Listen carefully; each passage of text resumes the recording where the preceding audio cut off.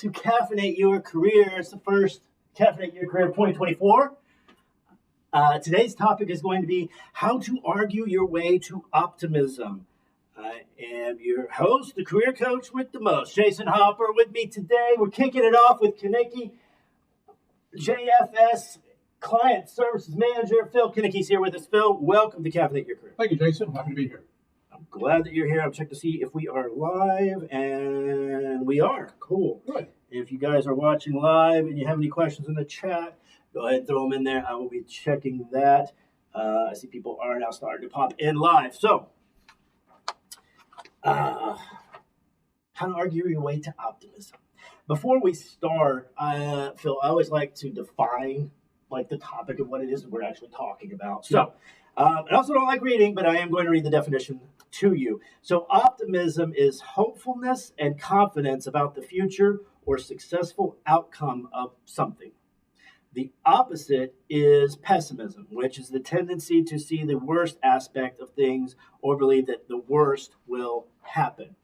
So, Phil, why do we want to be optimistic? I think if people are optimistic, they're going to be optimistic because they feel they have control of the outcome. We're looking at an event, whatever it is, it's again, a job loss or whatever it has to be, and we're looking at what can we do about it. So if we are optimistic about that, we're going to be able to find the things that we can do, the resume we can rewrite, the coaching we can seek out, as opposed to worrying about why it didn't work or what had happened. I think optimism goes hand in hand with the idea that we can control what's going to happen because it's our decision to take those steps. So I think as well I think that's correct, obviously, because I think that once we start getting into worrying about things that we can't control, it starts to make everybody kind of crazy. Because you want the ROI on it to be almost instant, and that's almost never the case. In the case of a job loss, people want what they had. You had the ability to pay the bills when they were supposed to be paid. You had the ability to have Monday night be meatloaf night again. We want to have that certainty, and having an optimistic view of being able to regain that certainty was going to go a long way to actually accomplishing that goal. There are other benefits to being optimistic. Some studies have found that being optimistic can help fight stress and improve health, and others have found that optimists earn and save more money.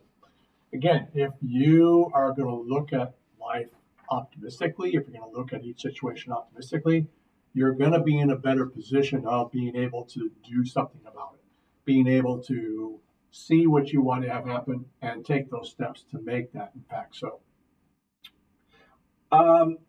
Phil, what are ways that we can become more optimistic?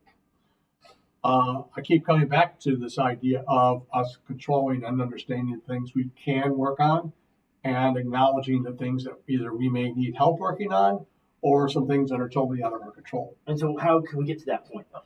I think if we start recognizing what is in our control and what's not, we start having a more positive attitude of us wanting to control those things that we can.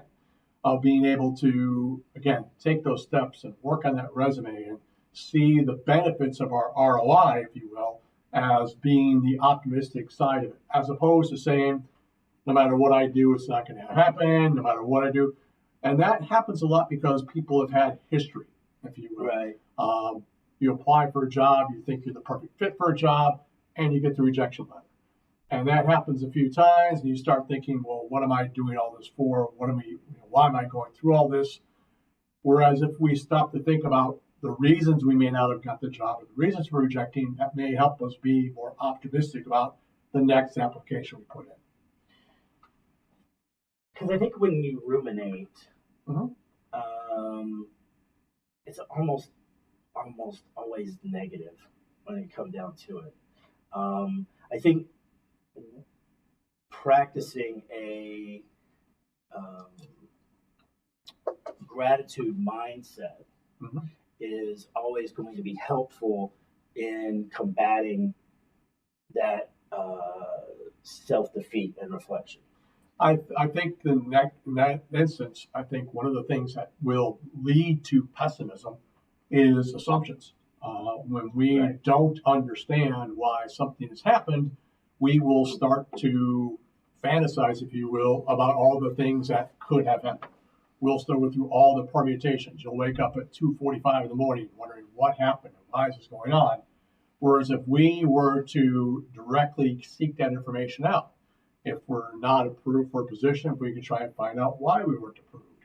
If we are thinking about the fact that we may lose the position or the job, why is what's happening here and what can we do about it? So at least we have, again, that sense of control that we can take the actions and not be ruminating, if you will, in that land of assumption to where it's because of I'm not a good person or the world's against me. That becomes almost a cycle that will become self-fulfilling. Right, because once we that's the other part of that. It's that mindset, and without the right mindset, you're not going to be very successful in really anything. I know some. I've had some clients that keep a journal, like a gratitude journal of things that they are grateful for. They can go back when they start to ruminate, look at the things that are good, right, in their lives. If we also look at this in the job searching point of view, recognizing that when we are filling out applications, when we are going through the job search process, back to my mantra, if you will, as the applicant, you are the solution for the employer. Right. You are the person who is going to help the employer out of a situation that they're in that they need to bring staff on. So if we take some time and take stock of ourselves and understand what we are good at and what we can do and what we can offer the employer, we look at the job search process not as trying to get a job, but as offering a solution to that employer. At the end of the day, you'll be at the same point. You'll be working, employed, and paycheck, all that. But the way we approach it in terms of offering that solution and recognizing we're doing this to help somebody else, right, at the same time we're going to get that paycheck. Again, we can do that very easily if we're optimistic. It's kind of hard to be pessimistic and offer a solution at the same time.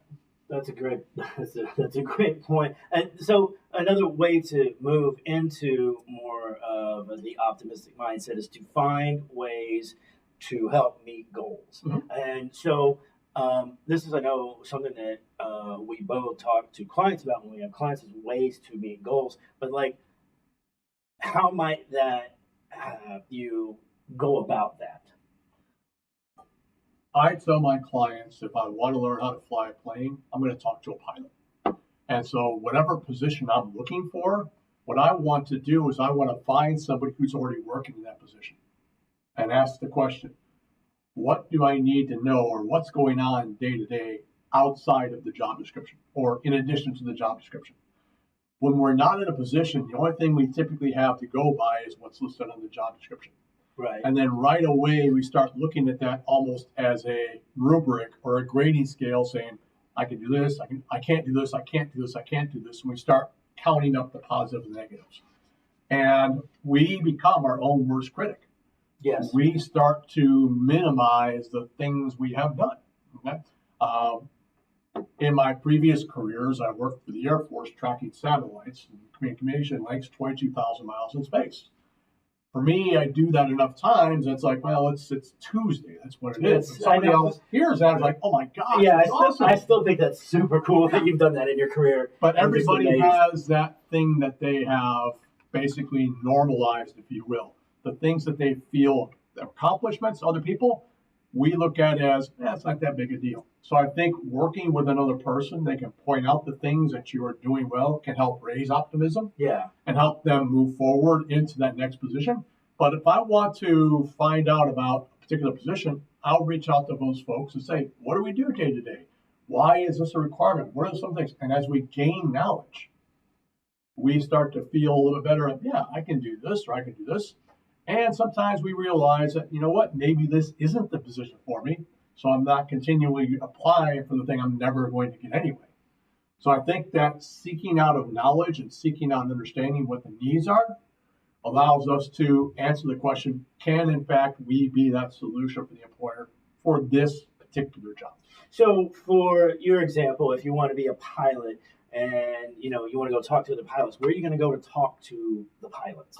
And that's the wonderful thing called, it's not a dirty word, networking. Right? I think right. you know a bit about it. Uh-huh. So my go-to for my clients is always going to be LinkedIn. LinkedIn allows me to find people who are doing the job. Another go-to that I recommend a lot would be industry professional associations. Okay. For example, when I was a trainer, still am now, there's an association called the Association for Talent Development. And it's a group of trainers and teachers, and their job is to speak for the industry and trends in the industry. And I want to go into the sandbox that other people are playing that are playing the thing I want to. So industry professional organizations, LinkedIn is a great way to connect with people as well. And asking the question, would you be able to share with me what goes on day to day? And that could be a way to start increasing that information that you can work on. So those are the two recommendations I have would be LinkedIn for social media and then industry professional associations for a particular position. That's a good segue into the next point, which is, how you become more optimistic. It's that social interaction is often the predictor in happiness.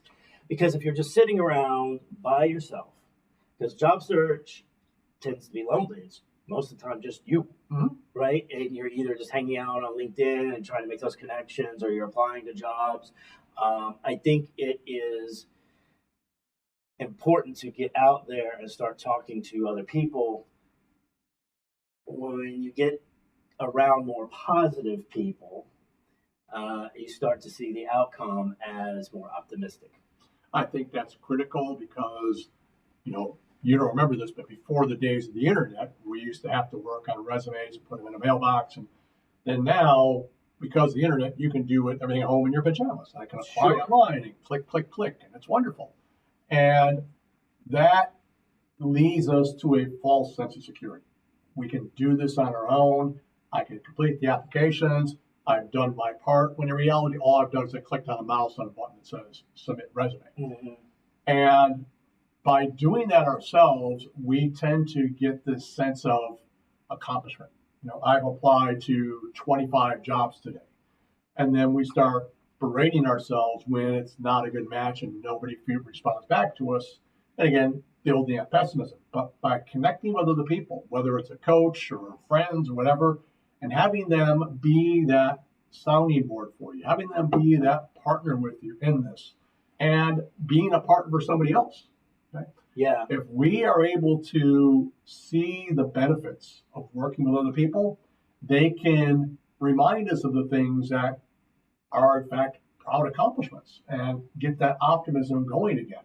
And having people telling us this, I think, is going to increase logarithmically your chances of finding that next position. Well, I think that a couple points there that were really good. One being that I think it's important to set obtainable goals when we're looking at goals. There's not going to be like, I'm going to connect to 500 people today on LinkedIn. No, you're not. No, you're not. But you can attempt to connect to 5 and then see what happens. And then once you meet your goal, you feel like you have that sense of accomplishment. You were talking about that just a minute ago, which was, the more of a plan that we have in place, the more control we are of the process. Because at the end of the day, that's the only thing you control is your attitude and the actual process for the job, right? The other thing that you said that I thought was interesting was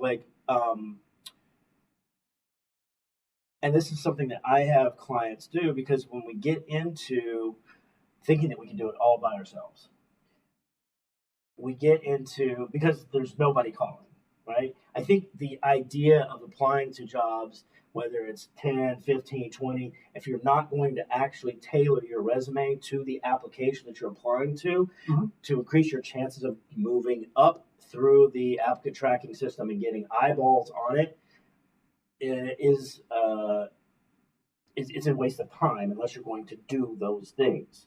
And I think that, yes, you'll be applying to less jobs if you tailor it to the job posting, but you've got a greater chance of it getting seen by a human.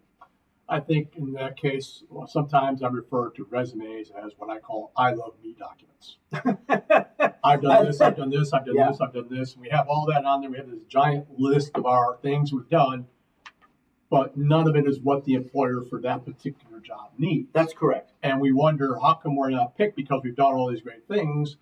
I talk to my clients, I love analogies. I mean, you could be the world's greatest house painter, but if my toilet's clogged, I don't really care. I don't need you for that. Right. So we've got a lot of accomplishments, but we do have to tailor that, and understanding what the needs of the employer are for that position, and recognizing that, yes, out of the history we've had, the career we've had, there are some things we can do that can solve that particular problem.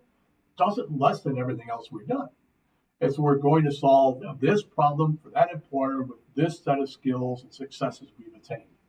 And at the end of the day, that's what the employer is hiring us for, to solve a problem that they have. Correct. Yes. So I'm going to make... Sorry about the clogged toilet analogy. Well, okay. So it's the beginning of the year. You never know what's going to happen. Well, nobody's watching. That's okay. No, we actually have I know. People like. So when being optimistic, it's not about being positive. It's rather challenging your way of thinking, right? So instead of so it's those unchallenged thoughts that end up leading us down the road to pessimism. Mm-hmm.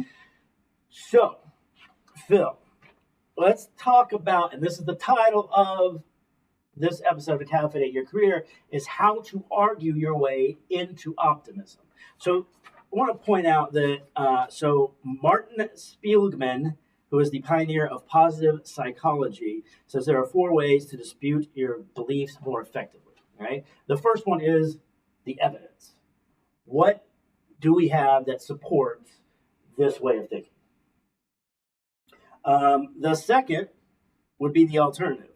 Is there another way that we can frame this up and get through the problem? Mm-hmm.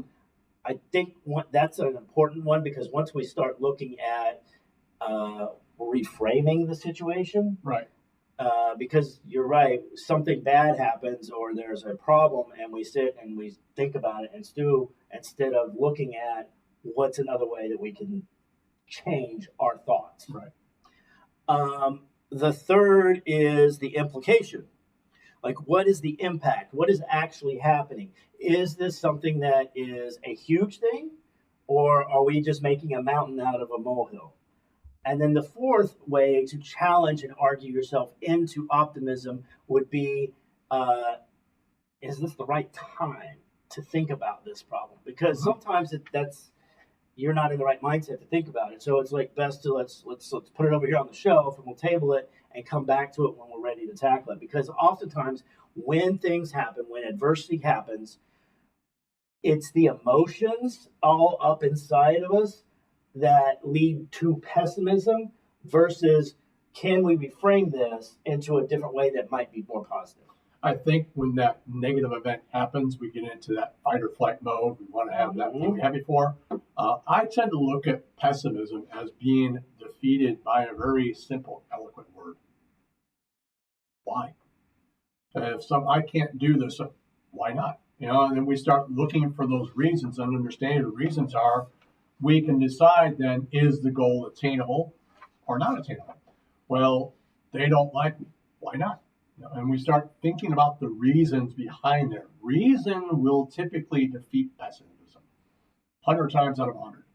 We may not be positive about the reasons. To your point, optimism is not positivity, but having the knowledge and understanding that this could be an attainable goal or not attainable goal, or not at a particular time, or this really isn't that big of a concern to worry about with regards to it being useful this time.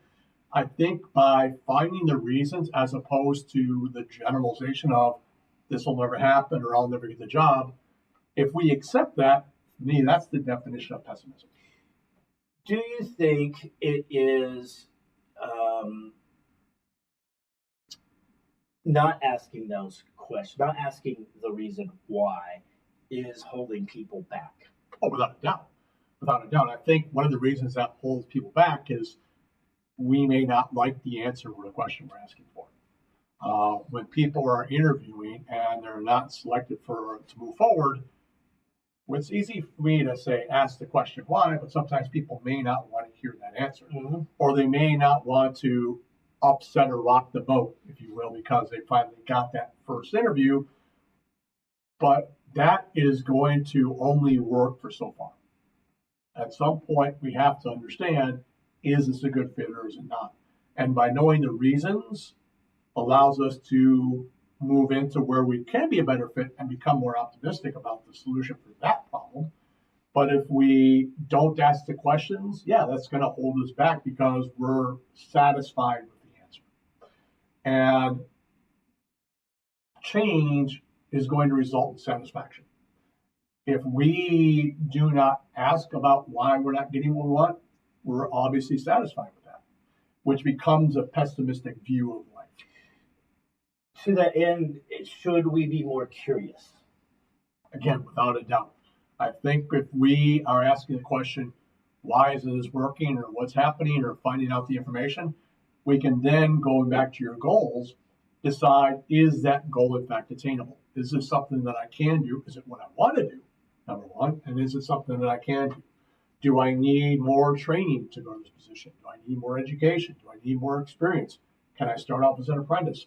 Understanding what the needs are allows us to then make a decision based on logic, not on assumptions. I think that when we start to look at ourselves and our abilities and the limitlessness of what we can achieve, it helps us become more positive. You're correct. It might be, do we need more schooling for that? Do we need to, like what is it that we may want to do and change to get there? Whether it's a personal goal or just a different direction in life, right? I mean, I for some reason what popped into my head was actor Steve Buscemi. Okay. He used to be a firefighter. New York City, yeah. That's right. And then he became he decided he wanted to be an actor, and that's what he did. He set his goal out to become that thing, which is a totally different direction in your career change, right? But he believed in himself, put in work, and then, he's now he's an actor. Yeah. I was going to say he's a great actor. I don't think he's a great actor. He's an okay actor, but, but that's the point. It's like once you start to, you have a defined goal, what are you going to do to get to it? And then what steps are you going to put into place to get you to that place, to get you to the goal? When I saw the topic for today, one of the things that I thought about is the quote that's attributed to Henry Ford. Right? I'm sure you've heard this. And the quote goes, whether you think you can or think you can't, you're right. You're right. That's right. There you go. So that kind of was almost the mantra that I saw with regard to our topic today. I wanted to point out that Sharon Harris she says, hi, Mr. Phil, and that she passed her developer certification. Congratulations, Sharon. That is amazing. And you just met a goal. There you go. Right there, real time. It's happening right now. But don't stop there. What's the next step? That's right. What's next? So, real quick, I don't actually say the time. I think when we start looking at what is the true thing, and then the rest of it is like the stories that we tell ourselves, right? The other day I was driving down Preston Road, and Preston, the speed limit is like 45, and nobody drives 45. They're driving 55 to 60, right? And so in Dallas, you park a car at 45. That's right, yeah. We go fast. And so I'm going like 55, and all of a sudden this car comes whizzing by me and totally cuts me off and tries to kill me. That would not be a positive thing. Now, what's the truth in that story? The truth in the story is I was speeding, and I got cut off. That's it. But the rest of it, right? The rest of it, I just made up in my head. You filled in the blanks. That's right. Yeah. And I think once we start to analyze the stories that we actually tell ourselves, it could end up being more of a pessimistic thing rather than the positive. Well, there's a sense of justification there as well. It's the fact that this is something that was done to us. It's not our fault. It shouldn't happen. And we feel good for a few minutes. Okay, but now what? And Right. what's the next step? What are we going to do about that? Yeah. It's so when we look at trying to master the stories that we tell ourselves, you're right. It's one or the other. You're either the victim and you're focusing on the negative, or you're the hero and you're looking more towards the positive. So one way to help kind of navigate changing the narrative when things happen is, what would the hero do? Or what would the hero see? And think about that and reframing the actual situation of what's going on. I think a really great example of that, how much time we have left here on that, Yeah, we're good. is when somebody looks at a job description. One of the complaints I hear a lot from clients, and what you do as well, is the job description will say something like must have 10 years experience or must have this bachelor degree. And the client will say, well, I don't have that, so I can't apply. Yes. That would be the pessimistic view of trying to get to that position. So that would be what the victim would say. What the hero would say would be the question, well, why do we need a bachelor degree? Or why is there this number of years? And if we can explain the reason, we may have a way to fulfill that need in a different way. Right. For example, if somebody were to come and say, Phil, we need somebody to teach online, and you have to have a learning management certification, you have all these certifications. I don't have them. Right? All I have is 3,000 students over 3 years who've successfully completed classes. Correct. So can I teach, or do we want to wait for that certification? We have to explain that to whoever the employer is and say, here's what we can do for it. But if you really need the certification, I'm not the person for you. Yeah, that when I was in staffing, that came up a lot, which was like, oh, we need somebody that has to have a degree. Like, it's an admin position. No, you don't. Like for an admin, you need to probably know Word, Excel, maybe PowerPoint. You need to know how to schedule. Right. You need to know how to be friendly and interact with people. You don't need a degree for that, right?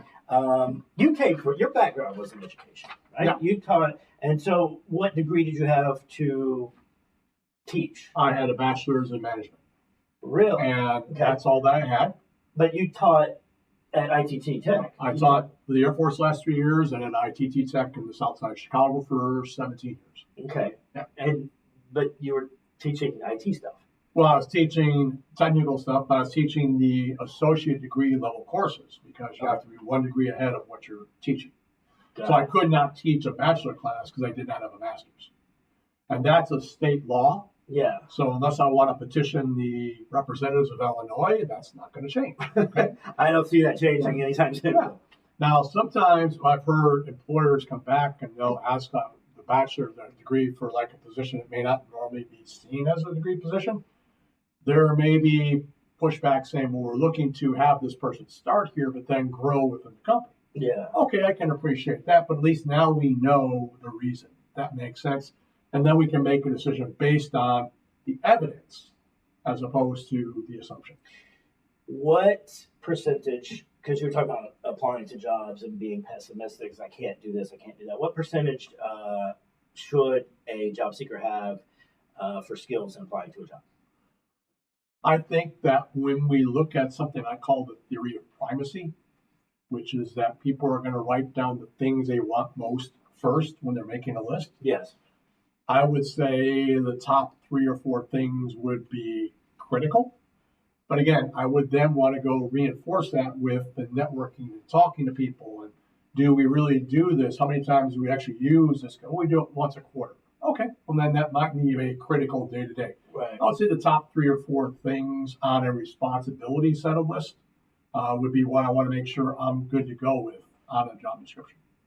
You bring up that other point, which is the networking part, because I think that even after tailoring your resume to the job posting, um, you want to put the human component back in so that they know you've either applied to the job or you've already had that conversation with them, and you end up getting the job. And networking is another great example of this topic here.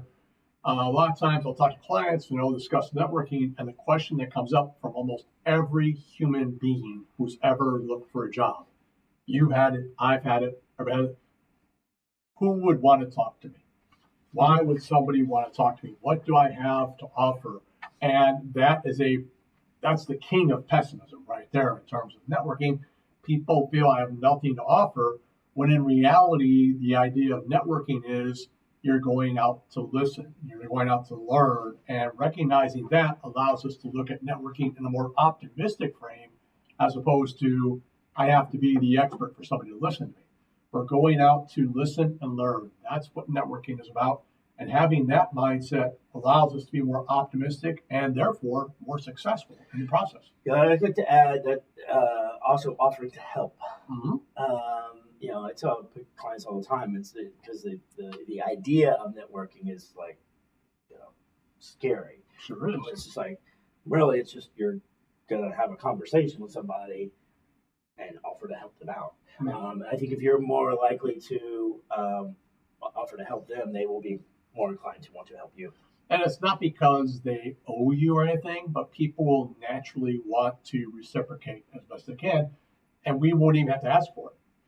We don't do resumes very well because we don't do resumes every day of our life. I mean, I'm 63 years old. I've done resumes 2 or 3 or 4 times. Yeah. But I network every day of my life, and that's why it's more inherent and more successful, because we're better at it than we give ourselves credit for. The 5 most important words of networking: how can I help you? That's right. Absolutely. That's all it is. And I think it's too, again, it's that mastering the story and looking at it in a different way as the hero instead of, playing the victim. One thing that I have clients do, especially if they have or are having some confidence issues, is I have them write out a list of why it is they're good at the job. Mm-hmm. And then, why are you a nice human being? Yeah. And then write it down, because if we're just thinking about it, it doesn't matter. You write it down, it's concrete, and then when you start to have doubt, go look at your list. Repeat as needed. Exactly. And when we start thinking about the question, how can I help you? There may be pushback that, well, I don't know how to help somebody. And I think the hero way, or the optimistic way of looking at that, is if I ask the question, how can I help you? Well, there are 3 things that I am very, very good at. Again, I can track satellites in space, I can teach, and I can do coaching. There's a heck of a lot more that I'm not very good at.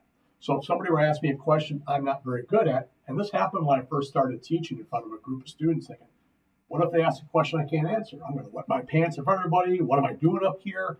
But if I get asked a question I can't answer, let me go find somebody to help out. And the helping is introducing people to each other. And again, it's a hero move. Yeah. And also too, you're not going to know everything. Exactly. I mean, you're not going to know everything. And that's okay, everybody. Yeah. It really is. And I've been done presentations. I've got a question that there be a curve. I'm like, I don't know. That's outside the scope of what I do and don't know. But right. I can find somebody that connects you. There you go. That can answer that question for you. Yeah. Right. Perfect. So, by the way, Sharon, I do see you. She says, yeah, yes, y'all connect with Sharon out there. She's wanting y'all to connect. Okay, so how to become more pessimistic? It's that challenging belief of looking at things differently, and can we reframe it, and can we become the hero in our own stories? Yeah. So Phil, we're getting pretty close to time. So it's now 2024. Do you have any New Year's resolutions? If so, what are they? And if you don't, why not? Well, I think the resolution I made for myself for this year is to, again, learn how to become more of a solution for the people that I'm working with. Okay, there's things that I can do very well, but where else can I learn? What else can I do?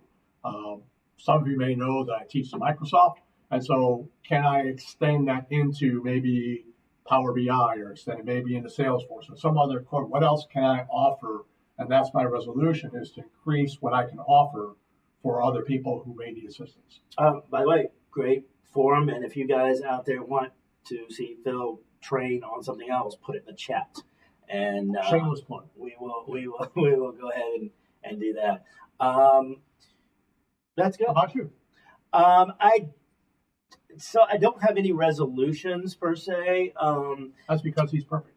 No, I've got. So you were talking about just a minute ago about how you can be a better solution. And one of the things that I am really big on every year at the beginning of each year is to start looking at and consuming data on what is going to be happening in 2024 for job search. It's like it was actually 2 weeks ago we did projected trends in job search for 2024. Next week, guys, we're going to do, the topic is going to be what are employers looking for on resumes for 2024. Lots of different stuff coming down than what we normally would say, to do on resumes. Things change from year to year. So I am really passionate about, and I've already read for this next episode when I'm doing my notes, I've already read 4 articles on what employers are looking for. And then I just compare, what is it, which are the ones that are repeating from different authors, and that's what we're going to put it together as. So tune in for that next week. But I used to be like, hey, I'm going to walk farther, because I'm a big walker, but I'm still at 5 to 7 miles a day. I can't push myself too much further. It's, just from that day and time. I don't really have any resolutions. I just try to be, better. All right. Well, again, good for you. Thank you. Guys, this is the Big Caffeinate Your Career. We will see you next week. Have a great week. And we'll see you next week for Resume Trends of 2024. Bye. Take care.